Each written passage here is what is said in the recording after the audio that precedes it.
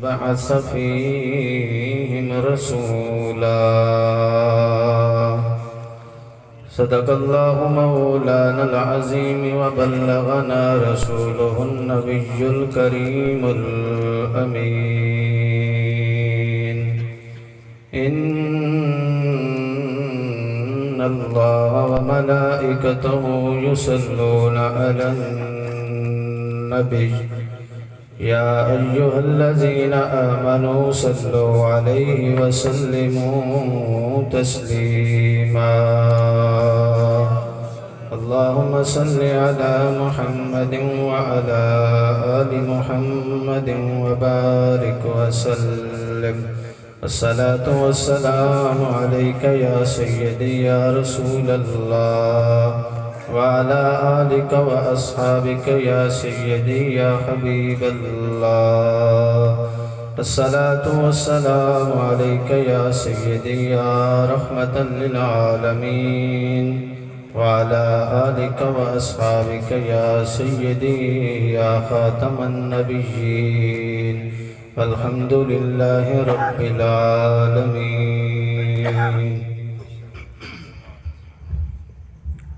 اللہ رب العزت کی حمد و ثنا رضو نبی رحمت جناب احمد مجتبی حضرت محمد مصطفیٰ صلی اللہ علیہ وآلہ واصحابہ وبارک وسلم کی بارگاہ ذیشان میں ہدیہ درود و سلام کا نذرانہ پیش کرنے کے بعد واجب الاحترام استاذ المکرم قبلہ حافظ منظور صاحب، حافظ عامر قادری صاحب، نعت خوانان حضرات اور تمامی احباب کو السلام علیکم ورحمۃ اللہ وبرکاتہ۔ کروڑہا شکر اس مالک کا جس نے ہمیں یہ بابرکت محافل عطا فرمائی ہے کہ جن کی بدولت ہم خدا کا ذکر بھی کرتے ہیں اور مصطفیٰ کا ذکر بھی کرتے ہیں، اور یہ ذکر خدا، ذکر مصطفیٰ انسان کی بخشش کا ذریعہ ہے، نجات کا ذریعہ ہے۔ اس لیے ان محافل کو سجایا جاتا ہے۔ حدیث پاک میں آتا ہے میرے آقا صلی اللہ علیہ وسلم نے ایک دن صحابہ سے فرمایا کہ صحابہ جب مسجد کے قریب سے گزرا کرو تو تھوڑے سے پھل چن لیا کرو۔ انہوں نے عرض کی اللہ کے رسول بھائی سمجھ نہیں آئی، مسجد کے قریب کوئی درختی نہیں ہے تو پھل کیسے چنیں؟ میرے آقا نے ارشاد فرمایا مسجد میں دیکھو کوئی ذکر خدا کر رہا ہے، اس کے ساتھ شامل ہو جایا کرو تو تمہارا شمار انہی میں ہوگا جو جنت کے پھل چنتے ہیں۔ اب مسجدیں خدا کے گھر ہیں، ان میں اگر انسان جاتا ہے، میرے آقا نے فرمایا جب بندہ مومن وضو کر کے گھر سے نکلتا ہے مسجد کا ارادہ کر کے تو میرا رب اسے ہر قدم پر ایک نیکی عطا فرماتا ہے، اور اس کے ہر قدم پر ایک گناہ مٹا دیتا ہے اور ہر قدم پر ایک درجہ بلند فرما دیتا ہے۔ میں کوئی اتنا سریلا تو ہوں نہیں، پہلے آپ اور ماحول میں بیٹھے تھے، اب تھوڑا سا آپ کو اس ماحول میں اپنے آپ کو ڈھالنا ہوگا۔ یہ بھی ضروری چیزیں ہیں جو آپ تک پہنچانی ہیں، ہمارے اوپر فرض ہے۔ تو اس حوالے سے میں جو کچھ اللہ نے مجھے طاقت دی میں آپ کے سامنے بیان کروں گا، کیونکہ اسی کی منشا، اسی کی مرضی کے مطابق ہی ہر انسان چلتا ہے، بغیر اس کی منشا کے مرضی کے کوئی کام ہو ہی نہیں سکتا۔ تو میں نے آپ کے سامنے قرآن مجید کی ایک آیت کریمہ کا کچھ حصہ تلاوت کیا ہے۔ اس میں میرے رب نے ارشاد فرمایا لَقَدْ مَنَّ اللَّهُ عَلَى الْمُؤْمِنِينَ إِذْ بَعَثَ فِيهِمْ رَسُولًا، کہ ہم نے مومنوں پر ایک احسان عظیم کیا ہے۔ وہ کون سا احسان عظیم کہ ہم نے سارے رسولوں کا سردار رسول ان کے درمیان مبعوث فرما دیا۔ تو مفسرین سے پوچھیں، محدثین سے پوچھیں، امام شعرانی بہت بڑے محدث گزرے ہیں، وہ فرماتے ہیں کہ ایک دن میں نے دیکھا ایک بزرگ تھے، سفید داڑھی تھی، سفید ریش انسان تھے، وہ اللہ کے رسول کی شان میں ایک شعر عرض کر رہے تھے اور سارے لوگ جھوم جھوم کے اس کے ساتھ پڑھ رہے تھے۔ وہ شعر کیا تھا؟ وہ کہہ رہا تھا بار بار محمد بشر لا کل بشر، کہ محمد ایسا انسان ہے جیسا انسان اللہ نے آج تک پیدا ہی نہیں فرمایا۔ محمد ایسی شان والا رسول، ایسی شان والا انسان کہ جس جیسا انسان اللہ نے آج تک پیدا ہی نہیں کیا، بلکہ فرمایا بل یاقوت من الحجر، کہ جیسے اللہ نے یاقوت جیسا کوئی پتھر پیدا نہیں کیا، اسی طرح محمد جیسا کوئی بشر بھی پیدا نہیں فرمایا۔ یہ ہمارے نبی کی شان کے حوالے سے دیکھیں، اللہ نے ایسا عظیم عظمت والا رسول ہمیں عطا فرمایا کہ جس کا مسکرانا دیکھیں تو وہ بھی بے مثال ہے، جس کا گفتگو کرنا دیکھیں وہ بھی بے مثال ہے۔ موسیٰ علیہ السلام کا زمانہ ہے تو آپ علیہ السلام کو میرے رب نے حکم ارشاد فرمایا، موسیٰ جاؤ، تمہاری قوم کے اندر ایک بندہ ہے جس کا انتقال ہو چکا ہے، وہ بڑا گناہگار تھا، خطا کار تھا، شرابی تھا، ہر عیب اس کے اندر موجود تھا، لیکن لوگوں نے اسے گندا سمجھ کر، پلید سمجھ کر جب فوت ہوا اسے گندگی کے ڈھیر پہ ڈال دیا۔ اے موسیٰ تو میرا جلیل القدر نبی ہے، میں تجھے حکم دیتا ہوں کہ جاؤ اس آدمی کو اٹھاؤ۔ موسیٰ علیہ السلام وہاں پہنچے، گندگی کے ڈھیر پہ ایک مرا ہوا انسان اسے ملا۔ موسیٰ علیہ السلام نے اسے اٹھایا، کیونکہ میرے رب کا حکم تھا، میرے رب کے حکم کی نافرمانی تو ہو نہیں سکتی تھی۔ اب موسیٰ بھی رسول تھے خدا کے، جلیل القدر پیغمبر، وہ آئے، انہوں نے اسے اٹھایا، اسے غسل دیا، غسل دینے کے بعد اسے کفن دیا، کفن دینے کے بعد اس کا جنازہ پڑھی، جنازہ پڑھنے کے بعد اس کی قبر کشائی کی، اور اس کے بعد اس کا جنازہ پڑھ کے دفنایا۔ جب سارے معاملات ہو گئے، موسیٰ علیہ السلام اب چلے طور پہاڑ کی جانب، کیونکہ ان کی یہ شان تھی کہ یہ اللہ سے ڈائریکٹ کلام کیا کرتے تھے، اللہ سے باتیں کرتے، سوال کرتے، اللہ ان کی باتوں کا، سوالوں کا جواب ارشاد فرماتا۔ اب موسیٰ طور پہاڑ پہ پہنچے، عرض کو نہ ہوئے مالک بتا تو صحیح یہ تھا کون؟ میرے رب نے کہا جیسا بھی تھا، شرابی بھی تھا، زانی بھی تھا، جواری بھی تھا، گناہگار تھا، میرا نافرمان تھا، میرے موسیٰ کا نافرمان تھا، اس کے اندر کوئی نیکی نہ تھی، عیب ہی عیب تھی، لیکن موسیٰ میں تجھے اس لیے حکم دیا کہ اس کو کفنا بھی صحیح، دفنا بھی صحیح، جنازہ بھی پڑھ۔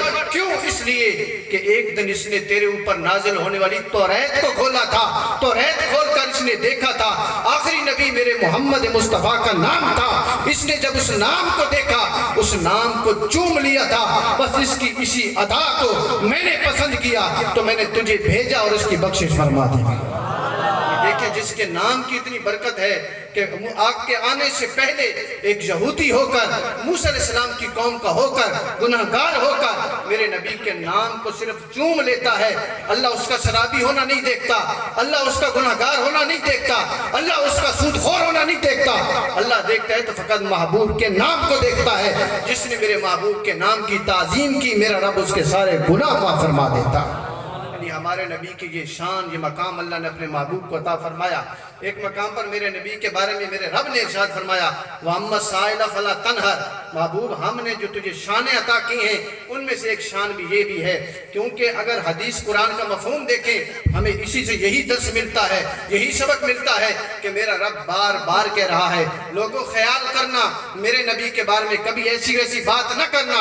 کیوں؟ اس وجہ سے، اس لیے کہ وہ جو پہلے بات میں عرض کر رہا تھا، امام شاعرانی نے اس بات کو ذکر کیا، وہ فرماتے ہیں کہ اس طرح جب وہ بابا بار بار اس شعر کو دہرا رہا تھا، اس کی آنکھوں سے آنسو بہ رہے تھے، وہ کہہ رہا تھا محمد بشر لا کل بشری، کہ محمد ایسا بشر ہے جس جیسا بشر میرے رب نے آج تک تخلیق ہی نہیں فرمایا، آج تک پیدا ہی نہیں کیا، بلکہ فرمایا بل یاقوت من الحجر، جس طرح پتھروں میں، حجروں میں، پتھروں میں یاقوت سب سے اوپر ہے، اسی طرح محمد بشروں میں سب سے اوپر بشر ہے۔ اور فرمایا یہ ایسا بشر ہے کہ جب اس کی تعریف ہو رہی تھی میرے آقا صلی اللہ علیہ وسلم رات کو سویا، اس کے خواب میں تشریف لائے اور فرمایا تو نے جس طرح محبت کے ساتھ میرا نام لیا ہے میرے رب نے تیرے سارے گناہ معاف فرما کے تجھے جنت میں اعلیٰ مقام عطا فرما دیا۔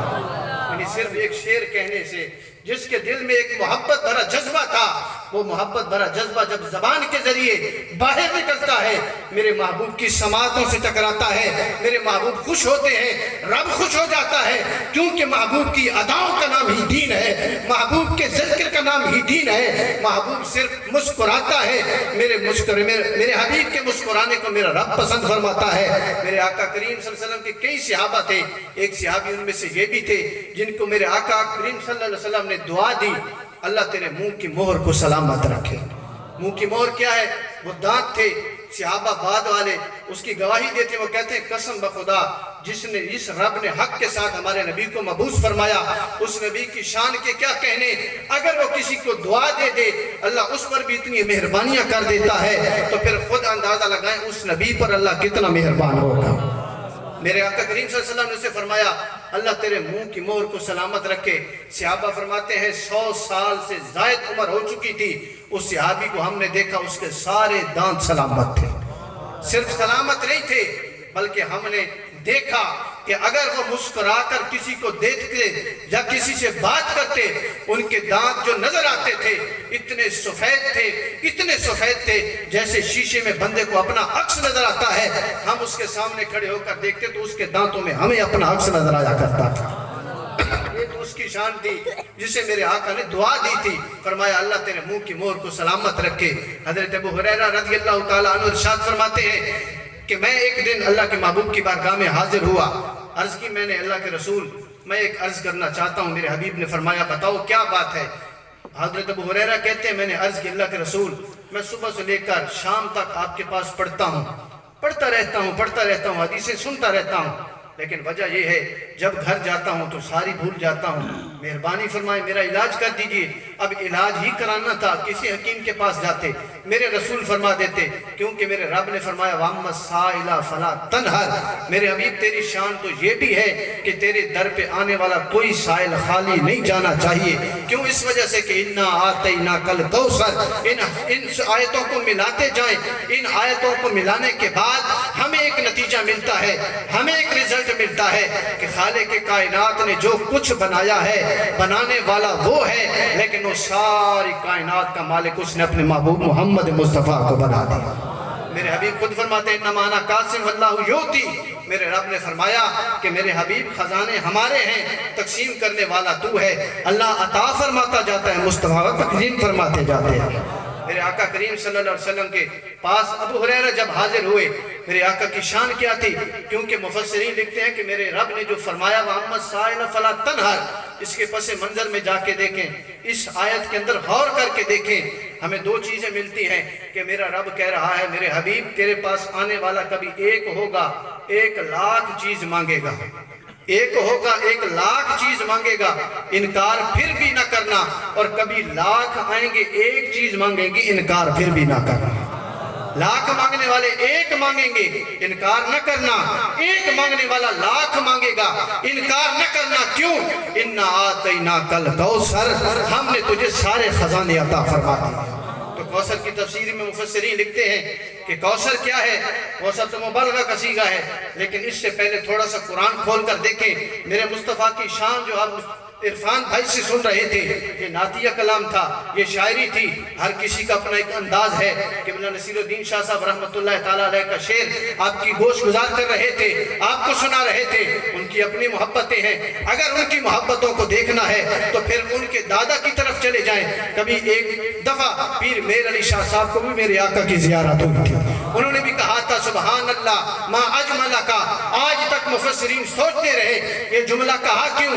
اس وجہ سے کہا کہ میرے آقا کی شان ان سے پوچھی گئی، بتاؤ تو صحیح میرے آقا کا آپ نے دیدار کیا ہے، میرے آقا کا چہرہ کیسا تھا، میرے آقا کی آنکھیں کیسی تھی، میرے آقا کے لب و رخسار کیسے تھے، میرے آقا کے ہونٹ کیسے تھے، میرے آقا کے دندان مبارک کیسے تھے، میرے آقا کی زلفیں کیسی تھی، میرے آقا کا رنگ کیسا تھا، میرے آقا کے ہاتھ کیسے تھے، میرے آقا کی زلفیں کیسی تھی۔ وہ بیان تو کر نہ سکتے تھے، انہوں نے بس اتنا کہا کہ میں تھا، میرے مصطفیٰ تھے، مصطفیٰ مجھے دیکھ رہے تھے، میں مصطفیٰ کو دیکھ رہا تھا، بس میں اتنا کہہ سکتا ہوں۔ اس وقت بھی یہی کہا، آج بھی یہی کہوں گا، سبحان اللہ ما اجملکا ما احسنکا ما اکملکا۔ کتنے مہر علی، کتنے تیری ثنا گستاخ کی کتنے جا، یعنی ان کے دیدار کو تو بیان نہ کر سکے۔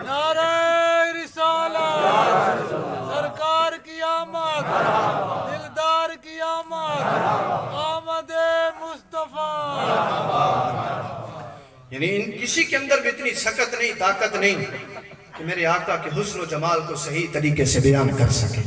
لکھنے والے نے لکھا زندگیاں ختم ہوئیں اور قلم ٹوٹ گئے، تیرے اوصاف کا میرے آقا ایک باب بھی پورا نہ ہوا۔ آدم سے لے کر آج تک خلقت خدا ان کی تعریف کرتی جا رہی ہے۔ جو تعریف کرتا ہے میرا رب اس کے مقام کو بلند فرما دیتا ہے، اسے معاشرے میں عزتیں عطا کر دیتا ہے، اسے معاشرے میں وقار عطا کر دیتا ہے۔ بات کیا ہے؟ فقط اتنی ہے، آمنہ کے لال کے دل میں محبت ہونی چاہیے۔ دلوں کے راز خدا جانتا ہے، جس کے دل سے سچی محبت نکلتی ہے خدا کی بارگاہ میں پہلی صدا ہی بلند ہو جاتی ہے اور قبول ہو جاتی ہے۔ میرے آقا کا خود فرمان ہے، اگر دعا کر کر کے تھک چکے ہو، رب قبول نہیں کر رہا، کبھی میرا وسیلہ دے کر دیکھو، فوراً میرا رب قبول فرما دے گا۔ ایسی شان اللہ نے اپنے محبوب کو عطا فرمائی۔ ابو ہریرہ رضی اللہ تعالیٰ عنہ کہتے ہیں میں حاضر ہوا، میں نے عرض کی، میرا ایک سوال تھا لیکن بہت بڑا تھا۔ کتنا سوال تھا؟ عرض کی اللہ کے رسول بھول جاتا ہوں۔ حضور فرما دیتے اگر اختیار نہ ہوتا فرما دیتے میں تو کچھ نہیں کر سکتا، اللہ سے مانگو، دعا کرو، اللہ تم پر رحم کر دے گا۔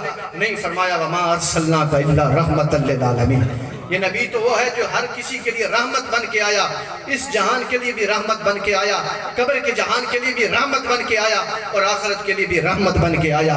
اپنی اپنی ایک مثال ہے، اس جہان میں رحمت تھے، قبر میں بھی رحمت ہوں گے، آخرت میں بھی رحمت ہوں گے۔ میرے آقا نے فرمایا وَأَمَّا السَّائِلَ فَلَا تَنْهَرْ، میرے رب نے مجھے یہ مقام عطا کیا، آنے والا سائل کچھ بھی مانگے گا انکار نہ کرنا، صرف تیری زبان سے نکلنے کی دیر ہے، پورا کرنا تیرے رب ذوالجلال کا کام ہے۔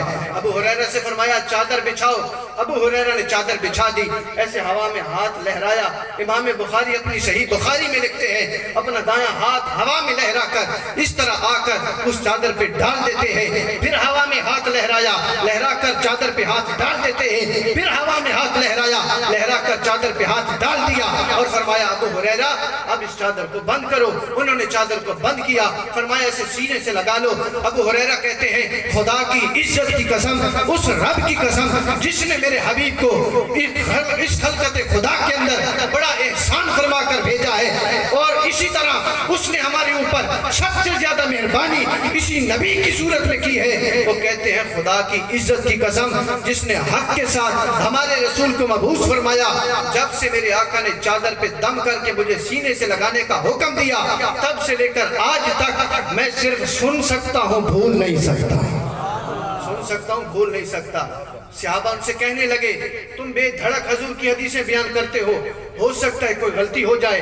ابو بکر کرتے ہیں ساری زندگی میت رسول میں گزارنے والا وہ شخص حضور کی حدیث بیان کرنے سے خوف زدہ ہے، ڈرتا ہے کہیں غلطی نہ ہو جائے۔ عمر فاروق جس کا راستہ شیطان چھوڑ دیتا ہے، حضور کی حدیث بیان کرنے سے ڈرتا ہے۔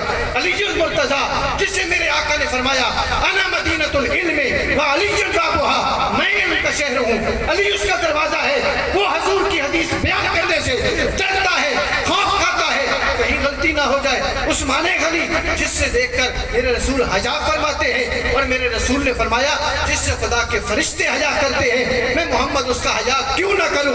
وہ عثمان غنی رسول کی حدیث بیان کرنے سے خوف زدہ ہے، ڈرتا ہے۔ چند حدیثیں ابو بکر سے مروی ہیں، چند حدیثیں عمر فاروق سے مروی ہیں، چند حدیثیں عثمان غنی سے مروی ہیں، چند حدیثیں گنتی کے اندر علی المرتضیٰ سے مروی ہیں۔ وہ علی المرتضیٰ جس کے سامنے دنیا کا کوئی سوال رکھا جائے وہ خوف زدہ نہیں ہوتا، اس سوال کا بے دھڑک جواب دیتا ہے۔ پوچھنے والے نے پوچھا علی تیرے پاس علم آیا کہاں سے؟ فرمایا ایک دفعہ مصطفیٰ نے محبت کی نگاہ سے دیکھا تھا، اپنا جت اللہ والا ہاتھ جہاں رکھا تھا، اللہ نے مجھے سارے علوم عطا فرما دیے ہیں۔ وہ علی المرتضیٰ میرے رسول کی حدیث بیان کرنے سے ڈرتا ہے۔ ابو ہریرہ تو بے دھڑک بیان کرتا ہے، بات کیا ہے، وجہ کیا ہے؟ حضرت ابو ہریرہ نے فرمایا میں صرف سن سکتا ہوں، بھول نہیں سکتا۔ پوچھنے والے نے پوچھا تو آپ نے مسکرا کے کہا ایک دفعہ میرے سرکار نے مجھے دم کر کے وہ چادر ارشاد فرمایا اسے سینے سے لگاؤ۔ ابو ہریرہ اب صرف تم سن سکتے ہو، کبھی زندگی میں بھول نہیں سکتے۔ میں صرف سن سکتا ہوں، بھول نہیں سکتا۔ ایک شخص حضور کی بارگاہ میں حاضر ہوا، عرض کرتا ہے وَأَمَّا السَّائِلَ فَلَا تَنْهَرْ، جس طرح دوسرے مقام پر اللہ نے فرمایا اِنَّا آتَيْنَاكَ الْكَوْثَرَ، کوثر کی تفسیر سنیں مفسرین کتنی محبت کے ساتھ پیش کرتے ہیں۔ وہ فرماتے ہیں میرے رب نے ارشاد فرمایا محبوب ہم نے آپ کو کوثر عطا فرمایا ہے،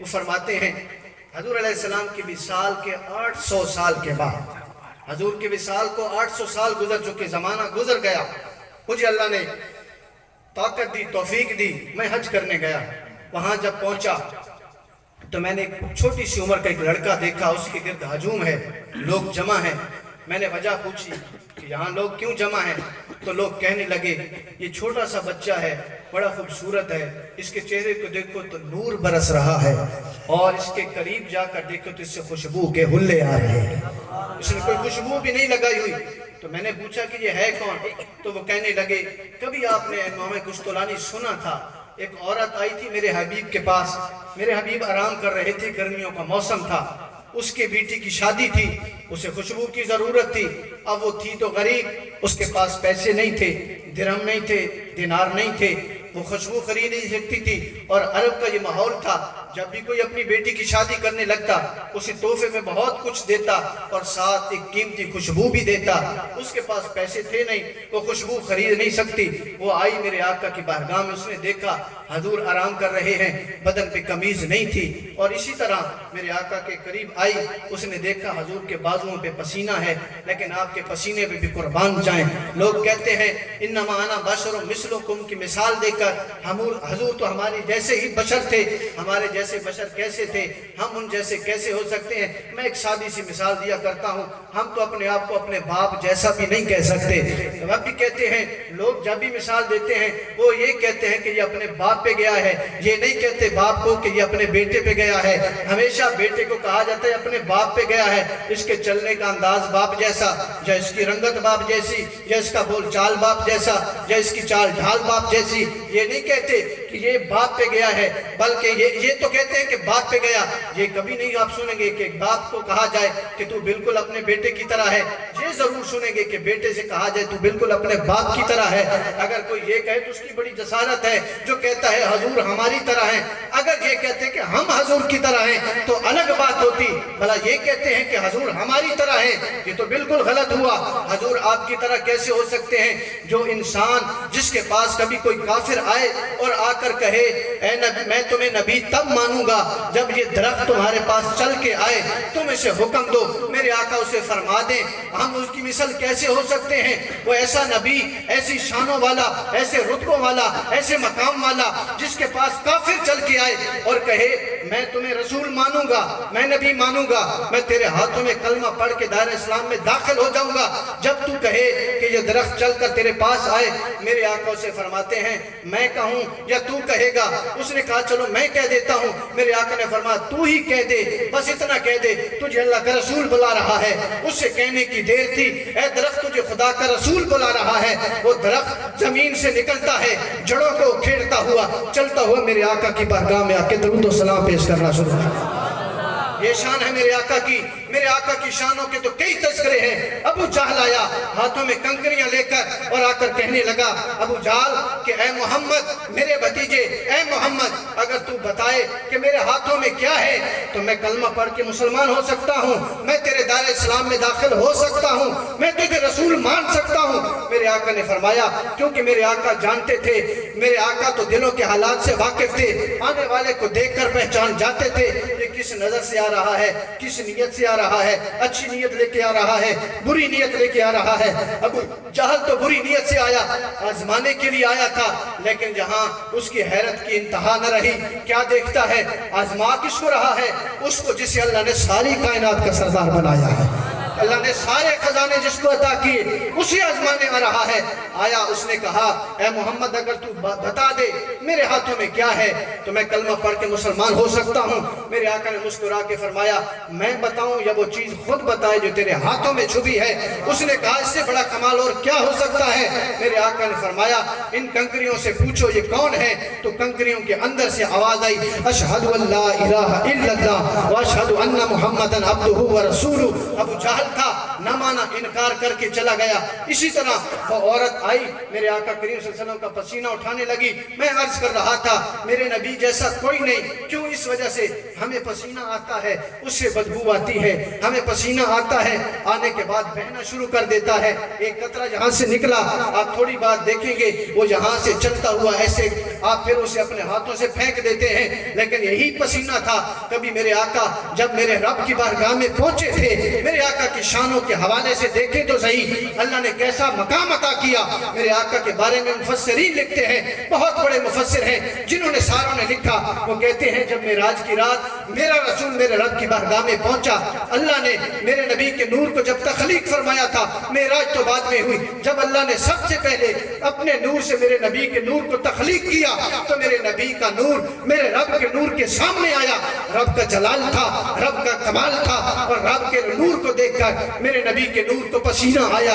وہ کیا صورت تھی اسے خدا ہی جانے، وہ کیا حالت تھی اسے مصطفیٰ ہی جانے، خدا جانے، جب مصطفیٰ جانے۔ ان کے درمیان آپس میں مکالمہ ہو رہا تھا، گفتگو ہو رہی تھی، باتیں ہو رہی تھی، میرے نبی کے نور کو پسینہ آیا، میرے نبی ایسے کر کے اسے جھٹکنے لگے۔ میرے رب نے فرمایا اے نبی اسے جھٹکنا نہیں۔ عرض کی مالک پھر کیا کروں؟ فرمایا یہی پسینہ تو تیرے میرے پیار کی نشانی ہے، یہی تو ہماری محبت کی نشانی ہے، محبت کی علامت ہے، یہ وہی پسینہ ہے۔ ہمیں پسینہ آئے اس سے بدبو آتی ہے، ہمیں پسینہ آئے وہ قطرہ بن کر ٹپکنے لگ جاتا ہے، خود گر جاتا ہے، یا ہم اسے گندا سمجھ کر، غلیظ سمجھ کر، بدبودار سمجھ کر اپنے ہاتھوں سے دور کر دیتے ہیں۔ لیکن یہی پسینہ جب میرے آقا کو آتا تھا، میرے صحابہ فرماتے ہیں خدا کی عزت کی قسم ہمیں بھی پسینہ آتا تھا، ہمارے پسینے سے بدبو آتی تھی، ہمارے نبی کو پسینہ آتا تھا تو خوشبو آیا کرتی تھی۔ اور خوشبو کیسی آتی تھی؟ وہ فرماتے ہیں ساتھ یہی کہتے ہیں ہمیں پسینہ آتا بدبو آتی، مصطفیٰ کو پسینہ آتا تو خوشبو آتی، ہمیں پسینہ آتا وہ بہنے لگ جاتا، مصطفیٰ کو پسینہ جہاں سے نکلتا وہیں قطرے کی صورت میں ٹھہر جاتا، اور جب دور سے دیکھنے والا دیکھتا یا قریب سے دیکھنے والا دیکھتا، وہ دور سے دیکھنے والا بھی قریب سے دیکھنے والا بھی یہی بات کہنے پہ مجبور ہوتا کہ میرے نبی کا پسینہ ایسا چمک رہا ہوتا قطرے کی صورت میں جیسے چاندی کی پلیٹ میں کسی نے سونے کا موتی جوڑ کے رکھ دیا، چاندی کی پلیٹ میں کسی نے سونے کا موتی جوڑ کے رکھ دیا ہو۔ میرے نبی کا پسینہ تو ایسا تھا۔ اس عورت نے کیا کیا؟ اس عورت نے شیشے کے ذریعے حضور کے بازو سے وہ پسینہ اکٹھا کرنا شروع کیا۔ حضور جاگ گئے، میرے آقا کی شان پھر سن لے، وَأَمَّا السَّائِلَ فَلَا تَنْهَرْ، کبھی کوئی سائل آئے گا کچھ مانگے گا، کبھی کوئی آئے گا کچھ مانگے گا۔ آج مانگنے والی آئی تو کیا مانگا؟ حضور کا پسینہ مانگ رہی ہے۔ کیا ہے؟ حضور کے جسم سے بہنے والا پسینہ مانگ رہی ہے۔ اگر کوئی بیکار کہے تو میں کہتا ہوں وہ گناہ کبیرہ کا مرتکب ہوا۔ حضور کا پسینہ بھی بیکار نہیں ہے، حضور کا پسینہ بھی لوگوں کے لیے شفا ہے، علاج ہے، اور ہر مرض کا علاج ہے۔ وہ عورت کیا کہتی؟ حضور میں آپ کا پسینہ لینا چاہتی تھی۔ حضور نے اسے منع نہیں کیا۔ حضور نے پوچھا وجہ کیا ہے؟ اس نے وجہ بیان کر دی، حضور میری بیٹی کی شادی ہے، میں انتہائی غریب عورت ہوں، عرب کا دستور ہے، عرب کا ماحول ہے، ایک رواج ہے، ہمارے ہاں جیسے رواج ہوتا ہے بیٹی کو دہیج دیا جاتا ہے، اگر نہ دیا جائے تو سسرال والے بھی تانے دیتے ہیں، محلے والے بھی تانے دیتے ہیں، ہم مجبور ہو جاتے ہیں فلاں چیز بھی دیں گے فلاں چیز بھی دیں گے، حالانکہ شریعت ہمیں منع کرتی ہے بیٹی کا جہیز تیار کرو لیکن وہاں سب کو دیکھنے کے لیے دعوت نہ دو، ہو سکتا ہے اس میں کوئی یتیم بچی بھی آ جائے، اس کا دل دکھ جائے، لیکن ہم معاشرے کے رواجوں سے مجبور ہو چکے ہیں، اگر ہم نہیں دکھائیں گے تو بھی ہم رہنے کے قابل نہیں، اگر ہم دکھا دیں تو بھی رہنے کے قابل نہیں۔ یہ ہم نے معاشرہ بھی خود تعمیر دیا ہے، ہم نے معاشرہ بھی خود بنایا ہے، ہر طرف سے ہم پھنس چکے ہیں۔ لیکن وہ عورت کہتی ہے اے اللہ کے رسول میں تو غریب ہوں، بیچاری ہوں، لاچار ہوں، میرے پاس تو مال و دولت نہیں ہے، میں اتنی قیمتی خوشبو کہاں سے خرید کر بیٹی کو دوں؟ کیونکہ عرب کا دستور ہے اگر خوشبو نہیں دوں گی تو لوگ باتیں کریں گے، میری بیٹی کو جینے نہیں دیں گے، میری بیٹی کو تانے مار مار کے مار دیں گے، اور اسے زندگی بھر اسی طرح تانے سننا پڑیں گے۔ میرے آقا کریم صلی اللہ علیہ وسلم کی شان ہے وَأَمَّا السَّائِلَ فَلَا تَنْهَرْ، کیوں؟ اس وجہ سے کہ اِنَّا أَعْطَيْنَاكَ الْكَوْثَرَ، کیوں؟ اس وجہ سے کہ وَمَا أَرْسَلْنَاكَ إِلَّا رَحْمَةً لِّلْعَالَمِينَ، میرے نبی کسی سائل کو خالی نہ لوٹانا، کیوں؟ ہم نے تمہیں کوثر دیا ہے۔ کوثر کیوں دیا ہے؟ اس لیے کہ ہم نے تمہیں ساری جہانوں کے لیے رحمت بنا کر بھیجا ہے، اس لیے رحمت بنا کر بھیجا۔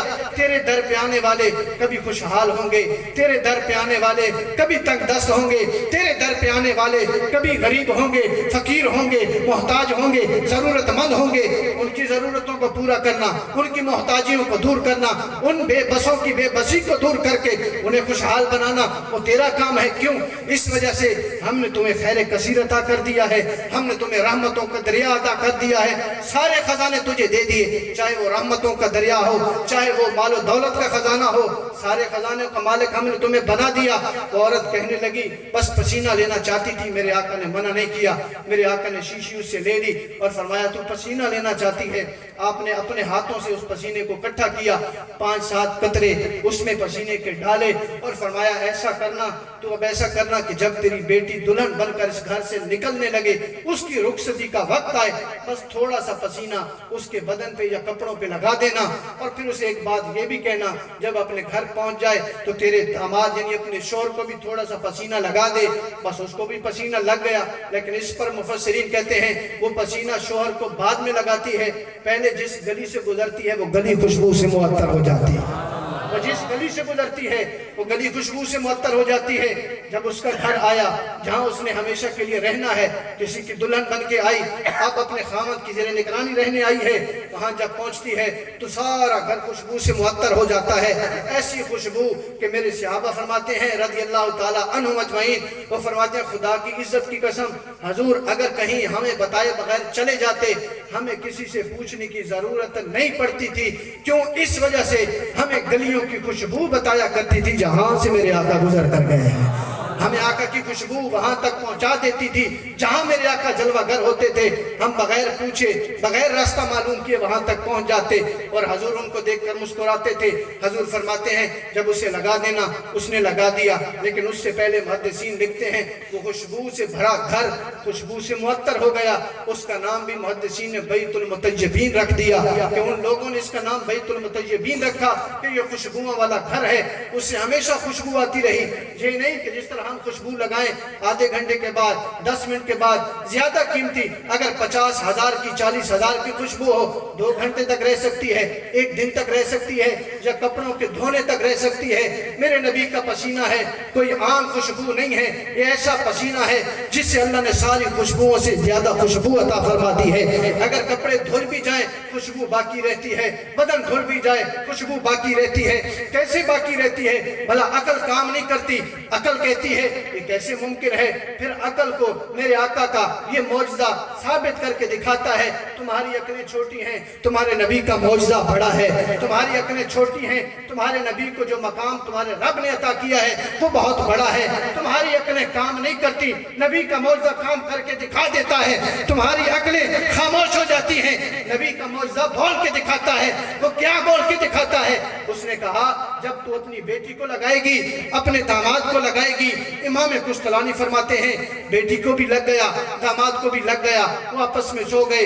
اللہ نے ان سے آج تک جتنی اولاد عطا فرمائی ہے ہر اولاد کے بدن سے بھی خوشبو آتی ہے اور کپڑوں سے بھی خوشبو آتی ہے۔ نعرہ تکبیر، نعرہ رسالت، سرکار کی آمد، دلدار کی آمد، آمد مصطفیٰ۔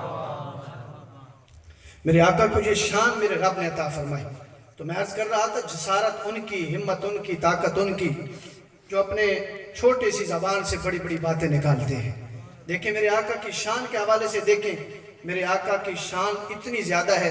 آج ہم لوگ کہتے ہیں کہ تم توحید بیان نہیں کرتے، ہم کہتے ہیں خدا کی عزت کی جو توحید ہم بیان کرتے ہیں تم بیان کر ہی نہیں سکتے۔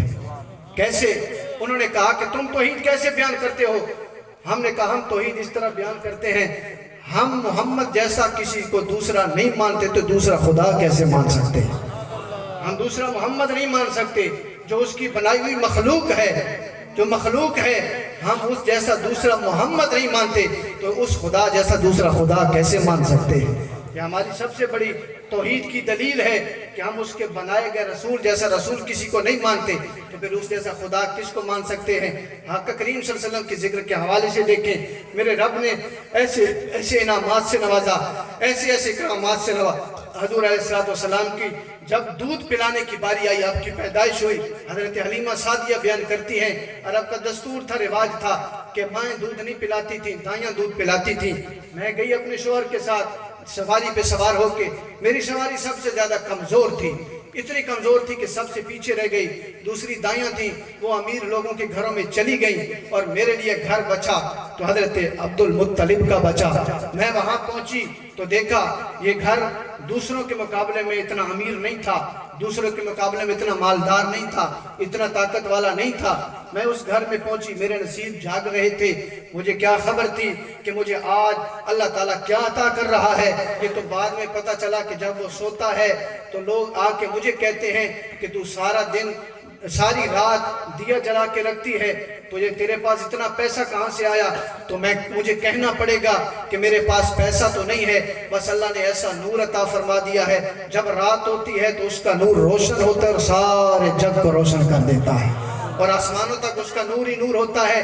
حلیمہ سعدیہ فرماتی ہیں میں وہاں پہنچی، میرے حصے میں محمد مصطفیٰ آئے، میں نے جب پہلی مرتبہ انہیں اپنے ساتھ اس سواری پہ بٹھایا، بٹھانے سے پہلے میں نے اپنے شوہر سے کہا ہم خیر سے مکہ آ تو ویسے ہی چکے ہیں، اب ایسا کریں پھر پتہ نہیں یا قسمت یا نصیب ہم دوبارہ حرم کا طواف کر سکیں نہ کر سکیں، آئے حرم کا طواف کر کے چلتے ہیں۔ میرے شوہر نے کہا ٹھیک ہے۔ وہ فرماتی ہیں جب میں حرم کا طواف کرنے کے لیے حرم میں داخل ہوتی ہوں، خانہ کعبہ کا طواف کرنے لگتی ہوں، اس سے پہلے ایک طریقہ ہے، حاجی حضرات اس کو جانتے ہیں جنہوں نے عمرہ کیا ہے، حج کیا ہے، کہ طواف سے پہلے حجر اسود کا بوسہ لیا جاتا ہے۔ اگر بوسہ لینا دشوار ہو جائے، مشکل ہو جائے، تو مقام ابراہیم پہ کھڑے ہو کر یا جہاں بھی کھڑے ہو کر حجر اسود کے سامنے ایسے ہاتھ کا اشارہ کر کے استلام کیا جاتا ہے، طواف کی نیت کی جاتی ہے، پھر طواف شروع ہو جاتا ہے۔ وہ فرماتی ہیں اس وقت اتنی بھیڑ تو ہوا نہیں کرتی تھی، کیونکہ اس مکہ کو آباد کرنے والا تو اب آ رہا تھا جس نے 40 سال کے بعد اس مکہ کو آباد کرنا تھا، اور پھر ایسے آباد کرنا تھا کہ پھر قیامت تو آ سکتی ہے لیکن اس کی آبادی ختم نہیں ہو سکتی۔ ایسے آباد کرنا تھا کہ جہاں دیکھیں ہم صفیں بناتے ہیں بالکل سیدھی مقدار میں، بالکل سیدھی لائنیں ہوتی ہیں۔ میرے آقا کی حدیث ہے صفوں کو سیدھا رکھا کرو، کیونکہ اگر تم صفوں کو ٹیڑھا کرو گے تمہاری صفے میں شیطان داخل ہوگا اور اس طرح تمہاری نمازوں کو خراب کر دے گا۔ بلکہ میرے آقا نے یہاں تک فرمایا تم صفے ویسے کیوں نہیں بناتے جیسے اللہ کے فرشتے صفے بناتے ہیں؟ صحابہ نے پوچھا اے اللہ کے رسول فرشتے صفے کیسے بناتے ہیں؟ میرے آقا نے فرمایا وہ بالکل سیدھی لائن میں کھڑے ہوتے ہیں، ان کے پاؤں ملے ہوئے ہوتے ہیں، ان کے کندھے آپس میں ملے ہوئے ہوتے ہیں، درمیان میں فاصلہ نہیں رکھتے۔ اسی طرح تم بھی صفے بنایا کرو، کوشش کیا کرو پہلی صف میں آیا کرو، کیونکہ پہلی صف میں آنے کا ثواب زیادہ ہوتا ہے۔ اور پھر کوشش کیا کرو دائیں طرف کھڑے ہوا کرو۔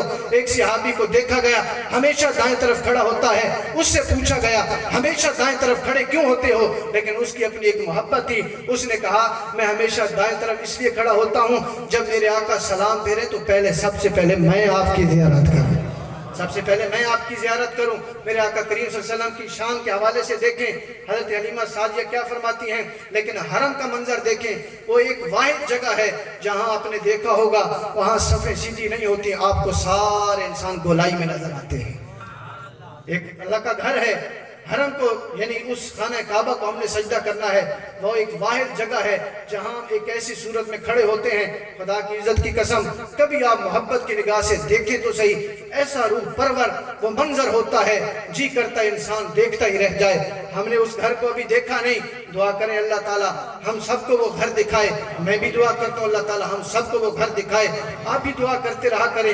خدا کا ایک گھر ہے جس کی تمنا بڑے بڑے لوگ کرتے ہیں، جس کی تمنا کی خاطر لوگ مر گئے لیکن تمنا دل میں رہ گئی۔ کچھ ایسے بھی بد نصیب ہیں جن کے پاس مال بھی ہے، دولت بھی ہے، لیکن کبھی تمنا ہی نہیں رکھتے۔ لیکن بات صرف اتنی ہے آتے ہیں وہی جن کو سرکار بلاتے ہیں، وہاں اپنی مرضی سے کوئی نہیں جا سکتا، جو بھی جاتا ہے خدا کی اور مصطفیٰ کی مرضی سے جاتا ہے، کیونکہ خدا اور مصطفیٰ کی نسبت کیا ہے؟ آپس میں بڑی محبت کرنے والی ہستیاں ہیں۔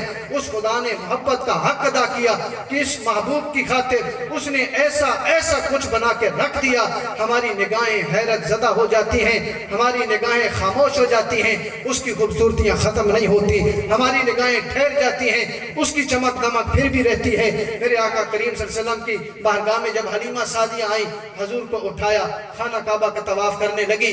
خانہ کعبہ کا طواف کرنے سے پہلے حجر اسود کے قریب ہوئی۔ پہلے ماحول یہ تھا حجر اسود کا بوسہ لیا جاتا، آج ماحول تھوڑا تبدیل ہو گیا، کیونکہ وہ ہاتھوں میں لیے حضرت محمد مصطفیٰ کو، وہ کتنی شانوں والا رسول تھا حلیمہ سعدیہ نہیں جانتی، کیونکہ ابھی تک اس محمد نے نبوت کا اعلان نہیں کیا۔ صرف عبد المطلب نے کہا میرے پوتے کا خیال کرنا، یہ بڑے نصیبوں والا ہے، یہ بڑے بختوں والا ہے۔ کیسا بختوں والا؟ فرمایا میں کعبہ کا طواف کر رہا تھا، میں نے دیکھا کعبہ گر گر گیا ہے۔ کیسے گر گیا ہے؟ فرمایا آج کعبہ کو آباد کرنے والا آ چکا ہے۔ میں نے دیکھا، میں جب گھر گیا مجھے گھر میں کسی نے داخل نہیں ہونے دیا۔ میں نے پہلے گھر میں داخل ہونے سے پہلے جب حرم سے نکلا گھر تک پہنچا، میں نے دیکھا دائیں بھی نورانی انسانوں کی قطار ہے، بائیں بھی نورانی انسانوں کی قطار ہے، اور زمین سے آسمان تک نور ہی نور ہے۔ میں حیران تھا، میں پریشان تھا، وجہ کیا ہے؟ دروازے پر ایک بڑی نورانی شخصیت والا انسان کھڑا ہے۔ میں اندر جانا چاہتا تھا، اس نے روک دیا۔ میں نے کہا میرا گھر ہے، میں کعبہ کا متولی ہوں، میں اس گھر کا مالک ہوں اور مکہ کا سردار ہوں، تو مجھے میرے گھر میں جانے سے کیوں روکتا ہے؟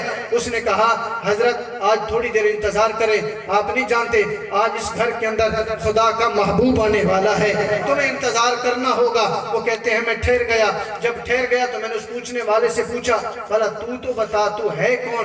تیرے جیسا نورانی صورت والا انسان میں نے آج تک نہیں دیکھا۔ وہ کہنے والا کہتا ہے میں انسان نہیں ہوں، رب کا مقرر فرشتہ جبرائیل علیہ السلام ہوں۔ میرے رب نے جہاں میری ڈیوٹی لگائی ہے، آج رب کا یار آ رہا ہے، آج رب کا محبوب آ رہا ہے، آج وہ آ رہا ہے جس کی خاطر میرے رب نے ساری کائنات کو سجا کے رکھ دیا ہے۔ آج وہ آ رہا ہے جس کا ذکر آدم بھی کر گئے، آج وہ آ رہا ہے جس کا ذکر کبھی ابراہیم کر گئے، آج وہ آ رہا ہے آدم سے لے کر عیسیٰ تک۔ عیسیٰ نے کہا تھا اپنے حواریوں سے خبردار میرے بعد ایک نبی آ رہا ہے۔ انہوں نے پوچھا کیا اس کا مقام تم سے زیادہ بلند ہوگا؟ عیسیٰ نبی ہو کر وہ کہتے ہیں ہاں اتنی شانوں والا ہے، اگر مجھ عیسیٰ بن مریم کو اس کے نالین کے تسمے کھولنے کی رب اجازت دے دے میرے لیے بڑے فخر کی بات ہے۔ ایسی شانوں والا رسول آ رہا ہے۔ حلیمہ سعدیہ فرماتی ہیں میں اس حجر اسود کو بوسہ دینے لگی، اس سے پہلے کہ میں اپنے ہاتھ اس پر لگا کر اسے بوسہ دیتی، میں نے دیکھا وہ پتھر چلتا ہوا میرے پاس آیا اور اس نے آ کر کیا کیا؟ مجھے بوسہ نہیں دیا، میرے ہاتھوں میں محمد مصطفیٰ کے ہونٹوں کو چومنے لگ گیا۔ میں حیران ہو گئی، ششدر ہو گئی، حیران رہ گئی۔ وجہ کیا ہے؟ ہماری عقلیں بھی حیران ہیں، کبھی پتھر بھی چلا کرتے ہیں، کبھی درخت بھی چلا کرتے ہیں۔ حضرت علی رضی اللہ تعالیٰ عنہ فرماتے ہیں ہاں چلا کرتے ہیں، میں نے دیکھا ہے، اور ہاں بولا بھی کرتے ہیں، میں نے دیکھا ہے۔ کیسے؟ وہ فرماتے ہیں میں حضور کے ساتھ جا رہا تھا، مجھے آواز سنائی دے رہی تھی، کوئی درود پڑھ رہا تھا، کہہ رہا تھا آپ بھی کہہ دیجیے، وہ کہہ رہا تھا الصلاۃ والسلام علیکہ یا سیدی یا رسول اللہ وعلی آلک و اصحابک یا سیدی یا حبیب اللہ۔ میں نے دائیں دیکھا، میں نے بائیں دیکھا، اوپر دیکھا، نیچے دیکھا، آگے دیکھا، پیچھے دیکھا، آواز سنائی دے رہی ہے بڑی درد کے ساتھ، خوبصورتی کے ساتھ، کوئی آقا کی ذات پہ درود پڑھ رہا ہے۔ میرے آقا کریم نے پیچھے مڑ کر دیکھا اور مسکرا کر فرمایا علی تجھے یہ کیا چیز پریشان کر رہی ہے؟ حالانکہ میرے آقا جانتے ہیں۔ علی نے عرض کیا اللہ کے رسول میں دیکھ رہا ہوں کہ مجھے پتھر دکھائی نہیں، مجھے کوئی چیز دکھائی نہیں دے رہی لیکن سنائی دے رہی ہے۔ میرے آقا کریم صلی اللہ علیہ وسلم نے ارشاد فرمایا اچھا تو سن تو چکا ہے، کیا دیکھنا بھی چاہتا ہے؟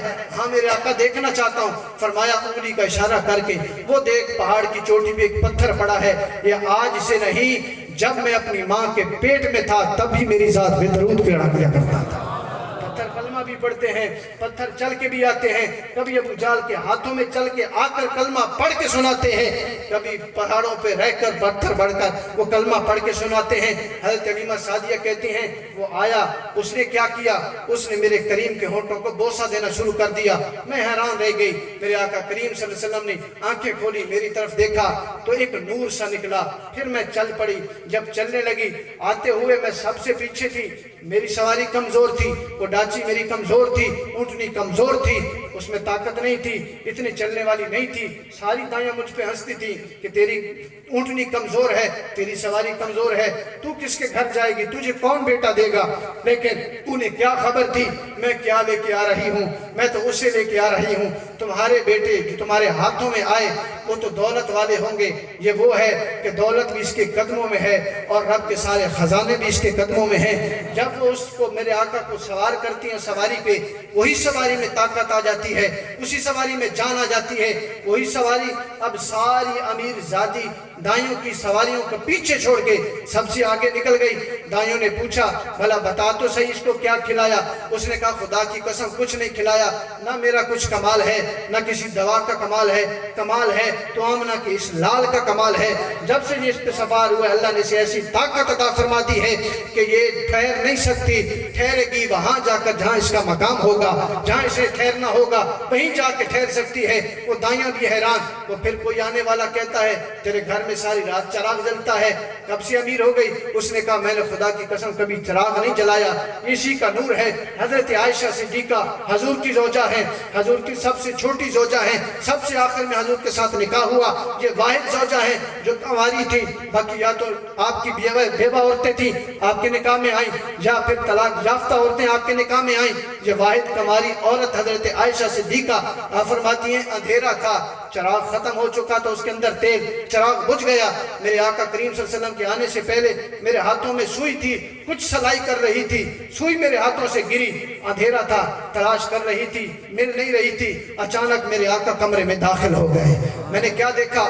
سارا کمرہ نور سے معطر ہو گیا، اور سارا کمرہ نور سے ایسے معطر ہوا، اتنا معطر ہوا کہ مجھے گم شدہ سوئی بھی نظر آ گئی، میں نے اس کو اٹھا لیا۔ یہ ہمارے نبی کا کمال تھا، یہ ہمارے نبی کی شان تھی۔ جس حوالے سے دیکھیں میرے آقا کریم صلی اللہ علیہ وسلم کے ایک صحابی فرماتے ہیں میرے آقا نے میرے سر پہ صرف ہاتھ رکھا تھا، 100 سال گزرنے کے بعد بھی میرے سر کا ایک بال بھی سفید نہ ہوا۔ جب میرا انتقال ہونے لگا تو میرے قریب کے صحابہ نے دیکھا، بعد میں ان صحابہ نے لکھا وہ آدمی ہے جس کے سر پہ میرے آقا نے ایک دفعہ ہاتھ رکھا تھا، اور میرے آج تک ہم نے دیکھا اس کا ایک بال بھی سفید نہ ہوا۔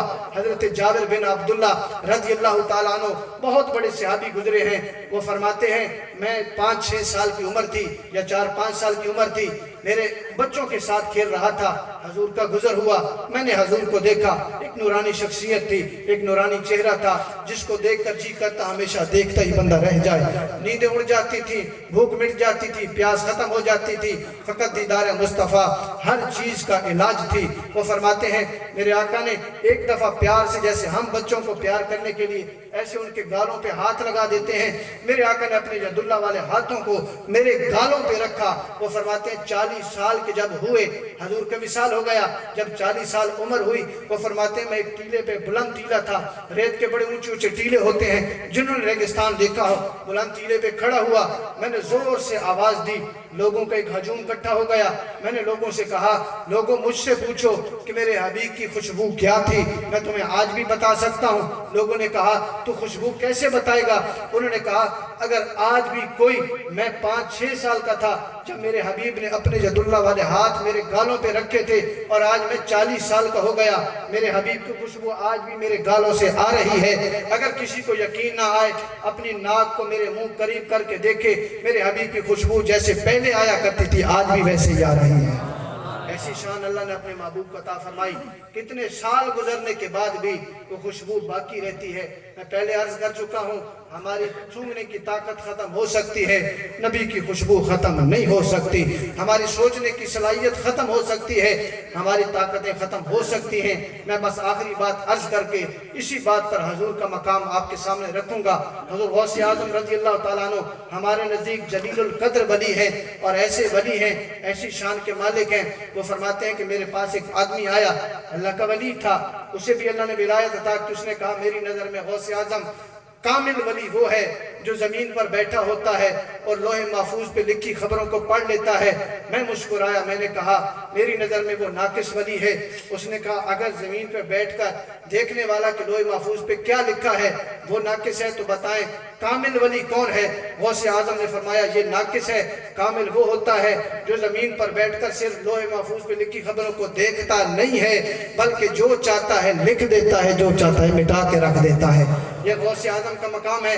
وہ فرماتے ہیں نظرت الی بلاد اللہ جمعاً، غوث اعظم کو یہ مقام میرے رب نے عطا فرمایا تھا۔ وہ زمین پر بیٹھ کر لوح محفوظ کی خبریں پڑھ بھی لیا کرتے تھے، جو چاہتے لکھ بھی دیا کرتے، جو چاہتے مٹا بھی دیا کرتے تھے۔ غوث اعظم فرماتے ہیں نظرت الی بلاد اللہ جمعاً، غوث اعظم کا مقام دیکھیں جو حضور کی نسل در نسل سے 25ویں پشت میں آ رہے ہیں۔ 25 واسطوں کے بعد اس کائنات میں جلوہ گر ہوئے جس کی نشانی میرے آقا نے اپنے زمانے میں ظاہر کر دی تھی۔ ایک زمانہ آئے گا میرا ایک بیٹا پیدا ہوگا اور اس کے ہاتھوں پہ میرا رب بڑا دین اسلام کو پھیلائے گا اور دین اسلام بڑی ترویج کے ساتھ ترقی کرے گا اور بڑی بلندیاں پائے گا۔ غوث اعظم تھے، وہ فرماتے ہیں نظرت الی بلاد اللہ جمعا، میں اپنے رب کے بنائے ہوئے سارے شہروں کو ایسے دیکھ سکتا ہوں۔ بلاد اللہ، بلدن ایک شہر کو کہتے ہیں، بلادن جمع کو کہتے ہیں، بلدن نہیں کہا، فرمایا نظر تو میں دیکھ سکتا ہوں بلاد اللہ ہے، دنیا کے بنائے گئے شہر نہیں بلکہ فرمایا بلاد اللہ، اللہ کے بنائے گئے شہروں کو کیا وہ فرماتے ہیں جمعاً، ایک ہی ساتھ میں، ایک ہی وقت میں، ایک ہی لمحے کے اندر، کہاں فرماتے ہیں اپنی ہتھیلی پر دیکھ سکتا ہوں میں۔ اپنی میرے رب نے ایسی طاقت دی ہے میرے نبی کے وسیلے سے، میں ہاتھ اٹھاتا ہوں جب چاہتا ہوں، جو چاہتا ہوں، دیکھنا چاہتا ہوں، بس نظر تو الی بلاد اللہ جمعاً، ہتھیلی کو دیکھتا ہوں۔ اگر مکہ دیکھنا چاہتا ہوں مجھے ہتھیلی میں نظر آتا ہے، اگر مدینہ دیکھنا چاہتا ہوں مجھے آقا کا گنبد ہتھیلی میں نظر آتا ہے، جو شہر دیکھنا چاہتا ہوں، جس آدمی کو دیکھنا چاہتا ہوں، اتنی بڑی ہستی اگر دیکھیں، غور کریں، میرے نبی کے مقام کی بات سن رہے ہیں آپ، میرے نبی کو میرے رب نے کیسی شان عطا فرمائی۔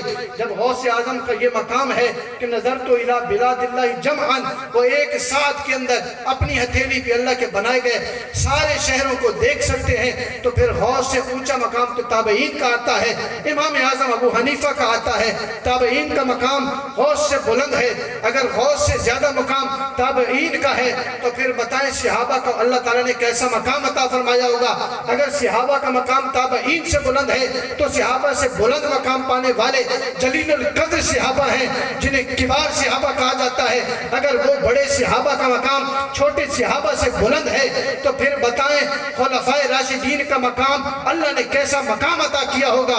اگر خلفائے راشدین کا مقام سارے صحابہ سے زیادہ ہے تو پھر ان سے زیادہ مقام اللہ نے اپنے نبیوں کو عطا کیا۔ اگر نبیوں کا مقام ان صحابہ سے زیادہ ہے تو نبیوں سے زیادہ مقام اللہ نے اپنے اولو العزم پیغمبروں کو دیا ہے۔ اگر اولو العزم پیغمبروں کا مقام عام نبیوں سے زیادہ ہے تو اولو العزم پیغمبروں سے زیادہ مقام اللہ نے اپنے رسولوں کو عطا فرمایا۔ اگر رسولوں کا مقام اولو العزم پیغمبروں سے زیادہ ہے تو میرے رسول کا مقام کی حد کیا ہوگی۔ میرے رسول کو اللہ نے سارے رسولوں کا سردار رسول بنا کے بھیجا۔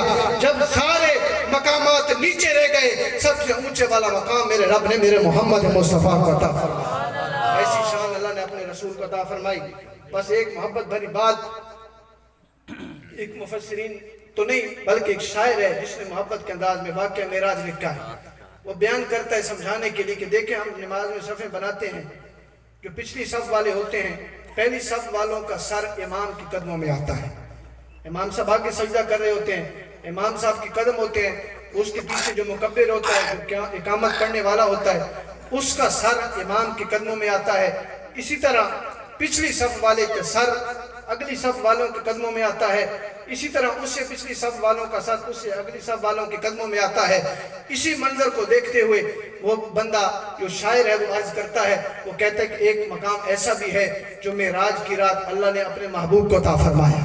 وہ کیا تھا کہ جب اس مقام پہ جہاں سارے نبی جمع ہوئے، جس کو قرآن کہتا ہے سبحان الذی اسری بعبدہ لیلا من المسجد الحرام الی المسجد الاقصی، جب سارے نبی مسجد اقصی میں جمع ہوئے، سارے نبی جمع ہوئے تو سب سے آخر میں آنے والے رسول تو ہمارے تھے، اس سے پہلے عیسیٰ علیہ السلام تھے۔ وہ بڑی خوبصورت بات بیان کرتے ہیں، وہ کہتے ہیں کہ اگر اسی ترتیب کو دیکھیں تو سب سے آخر میں عیسیٰ تھے، ان کا سر موسیٰ کے قدموں میں تھا، موسیٰ کا سر یوسف کے قدموں میں تھا، یوسف کا سر یعقوب کے قدموں میں تھا، یعقوب کا سر اسحاق کے قدموں میں تھا، اسحاق کا سر اسماعیل کے قدموں میں تھا، اسماعیل کا سر ابراہیم کے قدموں میں تھا، ابراہیم کا سر یحییٰ کے قدموں میں تھا، یحییٰ کا سر زکریا کے قدموں میں تھا، زکریا کا سر لوط کے قدموں میں تھا، لوط کا سر داؤد کے قدموں میں تھا، داؤد کا سر نوح کے قدموں میں تھا، نوح کا سر آدم کے قدموں میں تھا۔ فرماتے ہیں جب یہ سارے سر سجدے میں جاتے ہیں تب جا کر خدا ایک محمد واضح کرتا ہے، تب جا کر خدا ایک محمد کا ظہور کرتا ہے اور اسے مصلی امامت پہ کھڑا کر کے فرماتا ہے آج میں نے سارے نبیوں کو یہاں تیرے پیچھے کھڑا کر کے بتا دیا ہے کہ مقتدی کون ہوتا ہے اور مقتدا کون ہوتا ہے، مقتدی کون ہوتا ہے، امام کون ہوتا ہے۔ جب سارے نبی اس مقام پہ خاموش ہو جاتے ہیں پھر آج کا انسان اگر جرت کرے تو اس سے بڑا بدبخت کون ہو سکتا ہے، جہاں جس بارگاہ میں یوسف اتنا حسن پانے کے باوجود بھی خاموش ہے، وہاں اگر کوئی کوئی آج ہمارے نبی کے حسن پہ تان کرے تو اس کی کیا مجال، اس کی کیا حالت ہوگی، میرا رب اس سے کتنی ناراضگی کا اظہار فرمائے گا۔ یاد رکھیں بس یہ بات جو ہمارے دین کے حوالے سے ہے، جو بہت ضروری ہے۔ موسیٰ علیہ السلام کی قوم پہ جب بھی اللہ نے عذاب نازل کیا، یہ نہ سمجھے کہ اللہ کی نافرمانی سے کیا۔ قرآن اس بات کی گواہی دیتا ہے، موسیٰ کی قوم پر جب اللہ کا عذاب نازل ہوا، انہوں نے رب کی نافرمانیاں تو بہت زیادہ کی، لیکن جب انہوں نے اللہ کے رسول کی نافرمانی کی اور ان کے ساتھ دھوکہ کیا تو پھر اللہ ناراض ہوا، اپنے نبی کی وجہ سے ان پہ عذاب نازل کر دیا۔ تو آج وہ لوگ، میں انہیں سبق دیتا ہوں، درس دیتا ہوں، میرا ان تک یہ پیغام ہے کہ نبی کے حوالے سے اپنے ذہنوں کو صاف رکھیں، اپنے دلوں کو صاف رکھیں۔ جتنا دل صاف ہوگا اتنی محبتیں آپ کے دل میں آئیں گی اور اتنا مقام اللہ تمہیں عطا فرمائے گا، اللہ کی بارگاہ میں اتنے مقبولیت پا جاؤ گے۔ دعا کرتے ہیں مالک کائنات ہماری اس حاضری کو قبول فرمائے، اس محفل کہ جس کو بانی محفل محمد حسین انصاری صاحب، رمضان درویش صاحب، جنہوں نے اس محفل کو بڑی محبت کے ساتھ سجایا ہے، ہر سال سجاتے ہیں۔ دیکھیں یہ محبتوں میں بڑی باتیں ہیں اور اللہ کی بارگاہ میں حاضریاں ہی ہیں جو ہم لگوا رہے ہیں۔ دعا کرتے ہیں مالک کائنات اللہ ان کی محبتوں کو سلامت رکھے، ان کی محبتوں کو یہ نذرانہ اپنی بارگاہ میں قبول فرمائے، ان کے گھر کے اندر، مال کے اندر، جان رزق کے اندر برکتوں، رحمتوں اور مہربانیوں کا نزول فرمائے، اور ہم سب کے صغیرہ کبیرہ گناہ معاف فرمائے، ہم سب کو صراط مستقیم پر چلنے کی توفیق عطا فرمائے، ہم سب کو پابندی کے ساتھ پنجگانہ نماز با جماعت ادا کرنے کی توفیق عطا فرمائے۔ نماز کا ضرور خیال رکھا کریں، نماز حضور نے فرمایا میری آنکھوں کی ٹھنڈک ہے۔ ہم زبان سے کہتے رہے حضور آپ سے محبت ہے، تو کوئی یہ بات نہ ہوئی، اگر ہم اس کو محبت کو قائم کر کے دکھائیں تو میرے آقا کی محبت کیا ہے؟ نماز ہے، اور ہم کہتے ہیں حضور آپ سے محبت، تو پھر محبوبوں کی محبوبوں سے بھی محبت ہونی چاہیے۔ حضور کی محبوب چیز نماز ہے اور ہم نماز سے دور بھاگے تو پھر ہماری محبتیں ناکام ہو گئیں، نامراد ہو گئیں، ناکامل ہو گئیں۔